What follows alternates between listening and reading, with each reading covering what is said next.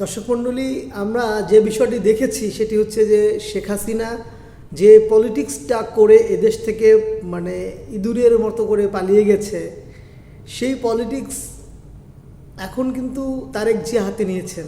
এটা নিতান্তই দুঃখজনক বিষয়। তারেক জিয়াকে নতুন কিছু আবিষ্কার করতে হবে, যে জামাতকে কোনোভাবেই আর রাজনীতিতে যেন আসতে না পারে, তাদের রাজনীতি যেন ধূলিসাৎ হয়ে যায়, অথবা তাদের বিরুদ্ধে যেতে হলে তারেক জিয়াকে এমন কিছু বিষয় নিয়ে কথা বলতে হবে যে বিষয়গুলো দিয়ে প্রতিপক্ষকে ঘায়েল করা যায়। বাট এটা না করে তারেক জিয়া কী করছেন, শেখ হাসিনা যে বিষয়টি রেখে পালিয়ে গেছে সেটাকে সে কুড়িয়ে নিয়ে এখন জামাতের বিরুদ্ধে তারা লেগেছে। কিন্তু জনগণ যে বিষয়টি দেখতে পাচ্ছে যে রাজনীতিতে শেখ হাসিনা যে কাজটা করেছে সেই কাজটাই এখন বিএনপি করছে, অর্থাৎ তারেক জিয়া শুরু করেছেন। এটি নিতান্তই দুর্ভাগ্যজনক এবং রাজনীতির জন্য একটি অপরাজনীতি বলে আমরা মনে করি। এটিতে বাংলাদেশের জনগণ ভুলবে না, বাংলাদেশের জনগণ আর এই কথায় আসলে মানুষ তো এখন সচেতন নাকি, মানুষ তো বুঝে। এখন একটা সময় ছিল যখন মানুষ বুঝতো না, কিন্তু এখন এই সময়টা সে সকল মানুষই বুঝে। রাজনীতি এখন একটা রিক্সাওয়ালা থেকে শুরু করে এলিট শ্রেণীর পর্যন্ত সবাই কিন্তু রাজনীতি বুঝে। আর কিছু না বুঝুক, এদেশের মানুষ রাজনীতি বুঝে। এই রাজনীতিকে ভিন্ন দিকে নেয়ার জন্য জামায়াতের বিরুদ্ধে অন্য কিছু আর কোনো অভিযোগ পাচ্ছে না। ৭১-এর তকমা ছাড়া, ৭১-এর যে ট্যাগ, যারা রাজাকার আলবদর ট্যাগ ছাড়া এই বিএনপি তাদের কাছে আর কিছু নেই। কারণ জামাতের তো আর কোনো অভিযোগ নেই, চাঁদাবাজি নেই, তাদের নারী কেলেঙ্কারি নেই, ধর্ষণের অভিযোগ নেই, দুর্নীতির অভিযোগ নেই। এখন তাকে তো একটা তকমা দিতে হয়, সেক্ষেত্রে একটা নর্মালভাবেই একটা ফর্মালিটি মেনটেন করার জন্য তাকে বলা হচ্ছে ৭১ সালে তাদেরকে আমরা দেখেছি।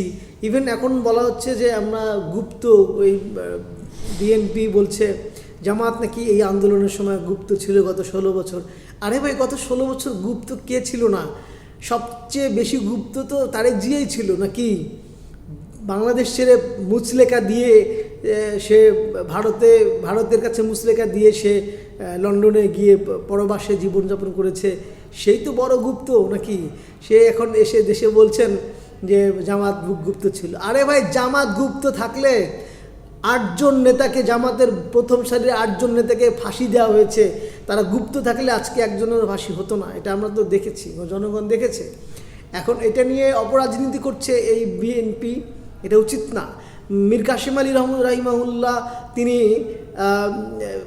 যখন আমেরিকাতে ছিলেন তখন সেখান থেকেই তিনি ফেরত এসছেন যে তিনি অন্যায় করেননি, তিনি জানেন যে আমি অন্যায় করিনি, আমার ফাঁসি হবে না বা আমাকে ফাঁসি দিতে পারবে না। কিন্তু তাকেও ফাঁসি দিয়েছে যে জামাতের কর্মী, যে জামাতের প্রথম সারির একজন নেতা, যিনি জামাত ছাত্র শিবিরের প্রতিষ্ঠাতা একজন, তাকে পর্যন্ত ফাঁসি দিয়েছে একটা ক্যাঙ্গারু কোর্টের মাধ্যমে।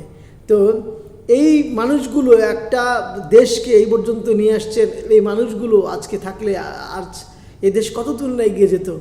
আর বিএনপি বলে কি এরা নাকি গুপ্ত ছিল। আরে যারা প্রাণ দিয়েছে, শহীদ হয়েছে, তাদেরকে এরা গুপ্ত বলছে। কত বড় জঘন্য মিথ্যাচার করছে এরা। এই জঘন্যতম মিথ্যাচারের কারণে জনগণ তাদেরকে প্রত্যাখ্যান করবে। এটা এখন সময়ের দৃশ্যমান একটা প্রতিচ্ছবি আপনারা দেখতে পাচ্ছেন। যেখানেই ফোন দিচ্ছি মানুষ বলছে যে ধানের শীষ, নৌকা লাঙ্গল, ধানের শীষ সব দেখাই শেষ।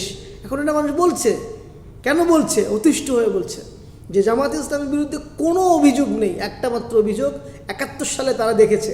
আরে ভাই, ৭১ সালে কি দেখেছেন? ৭১ সালে তো বহু রাজনৈতিক দল এই পাকিস্তানের বিপক্ষে ছিল, একটা বিপক্ষে ছিল। তারা চেয়েছিল যে পাকিস্তানের কাছ থেকে এই দেশ যেন বেরিয়ে ভারতের কাছে মাথা নত না করে, এই যে চেয়েছিল। আজকে আমরা এই প্রজন্মের জনগণ আমরা এসে কী দেখছি? আমরা তাই দেখলাম যে ভারত ঠিকই আমাদের কবজা দখল করে নিয়েছিল, আমাদের এই অঙ্গরাজ্য তাদের অঙ্গরাজ্যে পরিণত করার অপচেষ্টা করেছিল। এই আধিপত্যবাদের বিরুদ্ধে তো প্রাণ দিয়েছে আবরার ফাহাদ, এই আধিপত্যবাদের বিরুদ্ধে প্রাণ দিয়েছে দেখলেন তো আল্লামা দেলাওয়ার হোসেন সাঈদী। এই আধিপত্যবাদের বিরুদ্ধে সর্বশেষ প্রাণ দিলেন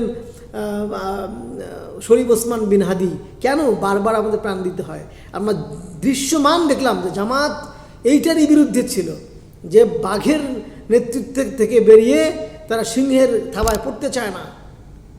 এরকমই ছিল, এরকম তাদের বিরোধিতা ছিল, কিন্তু তারা তো এই দেশের স্বাধীনতাকে মেনে নিয়েছে, তারা তো এই দেশের স্বাধীনতার বিরুদ্ধে কোনো প্রপাগান্ডা করেনি। আর আজকে শেখ হাসিনা এই তকমা ব্যবহার করে, এই রাজাকার ইস্যু ব্যবহার করতে করতে করতে করতে মানুষের মনে একদম তিক্ততা সৃষ্টি করেছে, যে কারণে আজকে সে পালিয়ে গেল। ঠিক একই কাজ তারেক জিয়া শুরু করেছেন, যেটি আসলে দুঃখজনক বিষয়, দুঃখজনক। আমরা তারেক জিয়ার মানে সবুজ কি বলে, তারেক জিয়ার বোধোদয় হোক, শুভ বোধোদয় হোক, সেটা আমরা প্রত্যাশা করি। দর্শক, আশা করছি ধানের শীষ, নৌকা লাঙ্গল ধানের শীষ সব দেখা শেষ, এবার গড়বে বাংলাদেশ। ধন্যবাদ সবাইকে, আসসালামু আলাইকুম।